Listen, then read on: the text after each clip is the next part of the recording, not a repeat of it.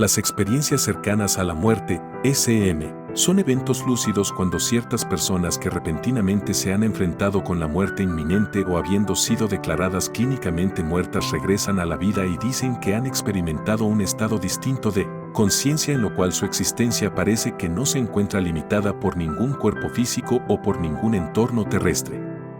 Estas experiencias podrían haberse convertido en situaciones fatales pero de alguna manera escaparon sin mayor daño o podrían haber estado seriamente enfermos o dañados y haberse recuperado inesperadamente. Algunas han sido pronunciadas clínicamente muertas pero eventualmente respondieron a los procesos de resucitación. A esta situación se le conoce como experiencia de muerte cercana, NDE, por las siglas en inglés de Near Death Experience, donde el sujeto está inconsciente, sin latidos cardíacos detectables, sin respiración y los electroencefalogramas son planos.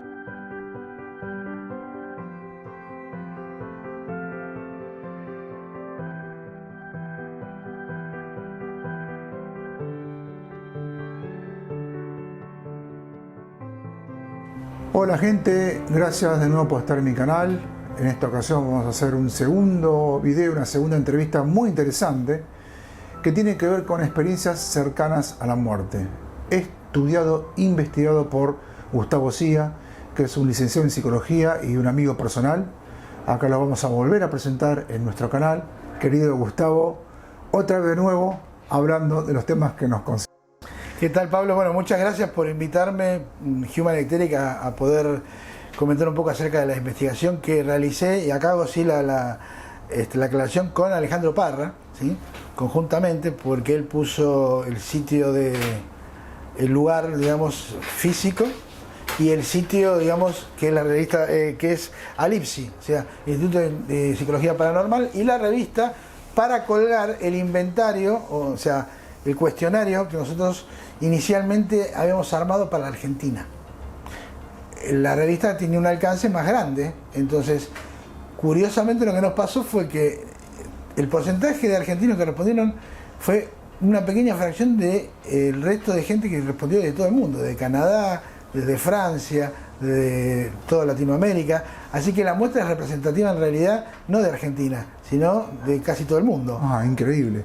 ¿Sí? Ahora, juntar toda la gente que tuvo una experiencia cercana a la muerte también fue todo un tema, porque ustedes hicieron una especie de entrevistas, filtraron, hicieron el caso mismo que las investigaciones de los papers.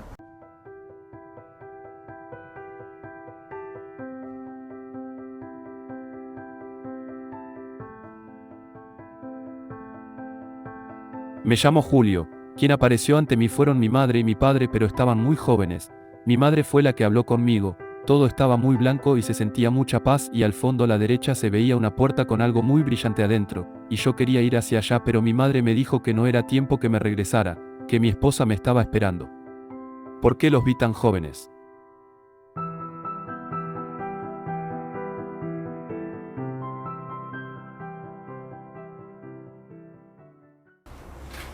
Lo que hicimos ahí es introducir una encuesta,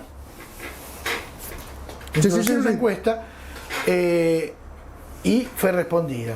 Fue respondida por X cantidad de gente, del cual obviamente nosotros tuvimos que hacer una reducción para acercarnos a los casos que sí realmente hubieran tenido una experiencia de muerte clínica. Porque había muchos que venían, entendían como que una experiencia clínica, una experiencia, de proyección extracorporal era lo mismo. No. La persona tiene que haber estado clínicamente muerta, ¿sí? Por al menos desde 1 minuto a 9 minutos. Ah, flaco. 8 minutos. Dentro de ese lapso, se puede recuperar el recuerdo. Ya cuando una persona que ha experimentado muerte clínica lleva, 20 minutos y vuelve, ya es muy difícil tomar esas referencias porque seguramente hay daño neurológico. Claro, creo que el cerebro hasta 5 minutos aguanta, ¿no? Hasta 7 minutos en algunos casos, o 5 minutos, está ahí. La ciencia dice entre 5 y 7 minutos. Bueno, dependiendo del frío también. Dependiendo del frío, de las condiciones del lugar, cómo se hizo la resucitación. En general, es toda una técnica que ya es universal, ¿no es cierto? Que trabajan con epinefrina para reactivar el cuerpo, obviamente con estímulos eléctricos para activar de nuevo el corazón. mantas térmicas, ¿sí? Y en general lo que se ha encontrado en este estudio es que las personas respondían, que fueron tomadas las personas que respondían haber tenido un accidente y haber estado clínicamente muertas. ¿Qué ven? ¿Ellos vieron familiares? ¿Qué es el común denominador que ven? Después vamos a mostrar justamente unos cuadros donde estadísticamente nosotros vamos mostrando los porcentajes de eventos que ocurrieron en la experiencia, así lo llamamos nosotros. O sea, hay gente que vio familiares, hay gente que no, hay gente que vio el túnel de luz, hay mucha gente que no vio el túnel de luz, pero sí vio directamente estar en un lugar especial. Hay gente que estuvo acompañado por alguna sensación de que había algo ahí conteniéndolos, guiándolos y hasta diciéndoles que tenían que volver. Algunos eran los propios familiares, otros no. O sea, es bastante dispar, por eso es interesante la investigación. Pero lo que sí, como elementos comunes, la mayoría ha sentido esta sensación de estar en un lugar del que no querían volver, un estado de paz profunda en el cual de alguna manera todas las preguntas eran respondidas automáticamente sin plantearlas. Increíble. O sea, un estado perfecto de bienestar, de salud, de comprensión de la totalidad, un estado de acompañamiento del sentido de la existencia, todo cobraba sentido instantáneo en ese lugar. Y en general las experiencias fueron positivas, fueron muy pocas experiencias negativas. Y en esas experiencias positivas lo que se ve claramente es que el sujeto cuando vuelve, primero y principal vuelve con los sentidos mejorados. O sea, cuando regresa es como si ocurriera algo parecido. Yo creo que este símil le va a gustar a la gente porque lo va a entender fácil. Cuando el Windows se traba, hay que reiniciar. Se resetea y el Windows empieza a funcionar. Muchas veces pasa eso. Sí. Y funciona mejor. Y funciona mejor. En la experiencia cercana a la muerte pasa lo mismo. Es como si la muerte y la vuelta a la vida resetearan el cuerpo para un funcionamiento mejor. Ese proceso, ¿sí? Cuando traen la memoria, el recuerdo, ellos experimentan una serie de eventos, o relatan que experimentaron una serie de eventos, pero ellos vienen, algunos con mucha tristeza, al principio cursan una pequeña depresión, porque no quieren volver. Claro, es tanto el amor y lo que sienten. La sensación de plenitud es lo que más se destaca. Qué bárbaro, qué bárbaro. ¿Sí? Debe ser impresionante morir. Bueno, en mi caso, que hace 4 años que murió mi madre y yo tener un accidente y ver a mi mamá, yo creo que la caso el abrazo del cogote y no la voy a largar nunca, y esa sensación de quedarse con tu familiar. Debe ser, pero yo creo que 50 veces más el shock ontológico de una experiencia cercana a la muerte que una adopción, sin dudas, porque estamos hablando de pureza de amor. Creo que son todos positivos, ¿no? Las investigaciones. No son todas positivas, pero yo te diría que de la muestra que nosotros tenemos, por lo menos entre el 85 y el 90 eran positivas. Hubo algunas experiencias así, pero que uno no sabe si realmente tenían que ver con creencias previas o con estados crepusculares de algo que no estaba funcionando bien en el cerebro en ese momento, falta de oxígeno, etcétera, etcétera. Pero eran estados donde descendían a una oscuridad, se sentían angustia. No aparecía ni un diablo con cuernos ni ninguna cosa rara de esa, por lo menos no en las experiencias que teníamos nosotros. Pero fueron muy poquitos los casos. De hecho, en las estadísticas lo vamos a ver. Gustavo, ¿vos viste la película Nosotros, una película brasilera de Chico Javier, que habla de esta parte de que... Conozco la historia de Chico Javier, pero no vi la película. Es una persona que muere a través del cigarrillo, y el tipo no es una mala persona, pero el tema del fumar es como un autosuicidio. Y lo largan en un lugar que es como una especie de abismo, de infierno, hasta que después lo recogen, lo empiezan a hablar y el tipo empieza a darse cuenta que lo que pasó, como que hace también un cambio, y de hecho él obra para bien y se conecta con este psíquico que es Chico Javier, que digamos desde arriba le da lecciones. Habla de un poco de la oscuridad, pero que en el fondo tiene un principio básico y común. Digamos, hay una mejoría de la persona. Pero bueno, son pocos los casos, ¿no? Ahora, hay que entender también el contexto de donde se producen las experiencias. Por ejemplo, en el caso de Brasil, es una comunidad donde hay alto contenido espírita. Sí. Y el alto contenido espírita, que no es no lo estoy diciendo como algo negativo, todo lo contrario. No, al contrario, sí. Facilita incluso psicológicamente que uno esté abierto a experiencias ontológicas. La experiencia ontológica no tiene una marca definida, es la experiencia de la plenitud, ¿sí? Cuando algo es una pequeña parte y de golpe es como decir, bueno, a ver, nadé en una pileta y me meto en el mar. La diferencia es enorme. Sí. Una gota de agua en una canilla no es lo mismo que una gota de agua dentro de un mar. Entonces me parece que la experiencia de plenitud va más allá de las religiones. Exactamente. Y algunos de los chicos que después vamos a leer 3 o 4 testimonios, dice claramente que esto va más allá de las religiones. Es algo mucho más grande.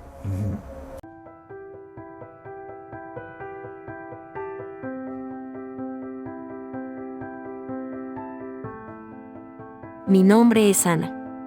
Mi experiencia fue en el año de 1976, por un accidente automovilístico que casi me cuesta la vida. Estuve 3 días en estado de coma, y fue cuando tuve la experiencia más maravillosa de mi vida, una paz y una tranquilidad de las cuales no quería volver. Desde ahí me di cuenta que ninguna religión tiene las respuestas de lo divino.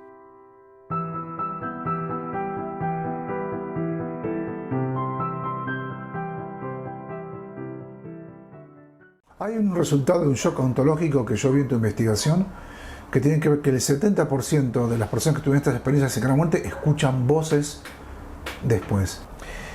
Lo que nosotros registramos en las encuestas son estos efectos neurológicos. Estamos hablando de puro y duro, ¿no? Sí. Lo más evidente fue verse a sí mismo desde afuera, desde la perspectiva de visión de verse hacia afuera, sensación de regreso al cuerpo y visión panorámica del lugar. Estamos hablando siempre de un 60%. Los números más grandes fueron verse a sí mismo afuera con un 73%, visión panorámica 65%, túnel de luz 54%, un poquito más de la mitad. Es uno de los valores más bajos, pero está por encima de la mitad. Y el desprendimiento del cuerpo lo sintió el 47%, o sea, ese es el valor más bajo. O sea, hay gente que directamente lo que sentía es que aparecía arriba, no que se desprendía. Y la sensación de regreso al cuerpo sí la sentían. Es el porcentual más grande, 81,6. ¿Por qué? Porque también hay que considerar el trauma de la resucitación. Es como que los chupas cuando empiezan a resucitar vuelven. Exactamente, como una bala. Es algo de lo neurológico o algo, digamos, de la captación neural muestra que es impacto. Entonces eso de alguna manera se percibe como ser chupado. O sea, hay un correlato también físico, ¿sí? Impresionante. Bien. Preguntamos cosas como, por ejemplo, ¿desde dónde se veían? ¿Sí? Bueno, el porcentaje más grande no tuvieron perspectiva alguna, directamente aparecieron en un lugar, desde arriba, ¿sí? O veían todo, pero no localizaban como que estaban arriba o abajo, sino que eran conscientes de todo. Y eso es muy interesante. El 27%. El 37% que fue lo que más dieron, la mayoría de los resultados, se ven desde arriba. O sea, aparece desde arriba como el indicador principal. La mayoría se vio desde arriba. Lo que le sigue no tenían perspectiva. Fueron los 2 marcadores más importantes. Después, en porcentaje va bajando, indefinida, 15%, ¿sí? Que no se acordaban. Desde los pies solamente un 11%, desde el lateral derecho un 5%, desde el lateral izquierdo un 4% y desde abajo solo un 1%. O sea que lo que predominaba era una visión desde arriba, ¿sí? Siempre. O global. Interesante eso. Otra cosa importante. Interpretaciones psicológicas de las experiencias. ¿Cómo las interpretaban? ¿Cómo lo calificaban eso que habían vivido los sujetos que lo vivieron? ¿Sí? Las personas. Como un reino o dimensión. Como algo que era un reino, era una dimensión. Era como un otro lugar. ¿Sí? Concreto. Existente. Verdadero. Que no tenía una forma definida, pero que ellos sentían que era como un reino, ¿sí? Como el reino de los cielos o como una dimensión, ¿sí? Espiritual. Lo segundo que mostraron es la sensación de pasar cierto límite. O sea, había un límite que no podían pasar. Alguien le decía, no, tenés que volver. O algo los volvió para atrás, en estos momentos. En un 60%. Le sigue después la visita de seres espirituales, en los cuales la mayoría eran parientes. Eso es increíble, la verdad que a mí me pone piel de gallina eso. Luego aparece, antes de eso aparece la revisión panorámica de la vida. Esto es un elemento eso que quería preguntarte. Sí, sí. Le muestran, mira, a ver, está todo bien. Metiste la pata acá, pero no es que se lo muestran, sino como que también hay una colaboración de la persona de decir, bueno, a ver, voy a reevaluar mi vida y al mismo tiempo me la muestran desde afuera. Como que todo eso contribuye a formar una especie como de pantalla o como de idea de que se está revisando su vida. Pero sin juzgarnos. Sin juzgarnos, porque aparte lo hace uno mismo también. Yo me estaba, en todo caso, juzgando a mí mismo, estaba mirando qué había visto y que ellos también sabían que me faltaba, o en qué me había equivocado, y qué podía hacer, y qué me faltaban, y era una manera también de orientarme. Revisión panorámica de la vida. Luego, la visita, la aparición de familiares muertos. Había mayor cantidad de apariciones de seres espirituales, ¿sí? Como Cristo o alguna figura religiosa, pero en muy poca diferencia, entre un 56% a un 52%, ¿sí? De la muestra. O sea, un 6% más, 4% más. 52% sí de familiares. O sea, lo que más se destacó fueron la revisión panorámica de la vida, la sensación de pasar cierto límite, la aparición de familiares muertos que le hablan, la visita de seres espirituales y la sensación de estar en un reino o dimensión de naturaleza espiritual.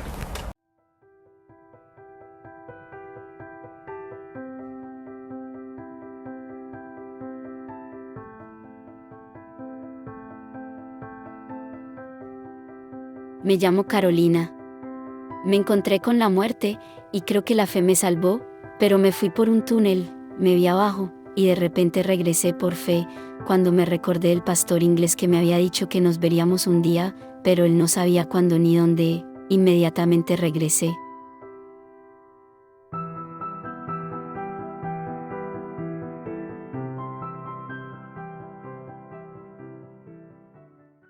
Bueno, lo más alto, un 40% pacífica y relajante, o sea que realmente era positiva. Le seguía ahí nomás celestial y espiritual, o sea que la naturaleza del reino, aparte de ser pacífico y relajante, era de carácter celestial y espiritual, o sea, de lo más elevado.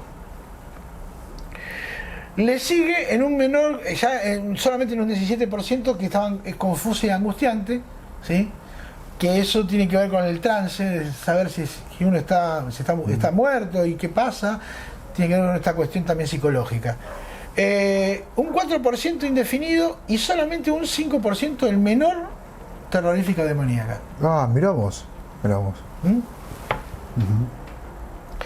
Alguien ahí también puede interpretar que esta cuestión de la visión tiene mucho que ver con algo que tiene que ver con la culpa, con aquello no resuelto, ¿no es cierto? Que uno arrastra digamos, en esos últimos instantes.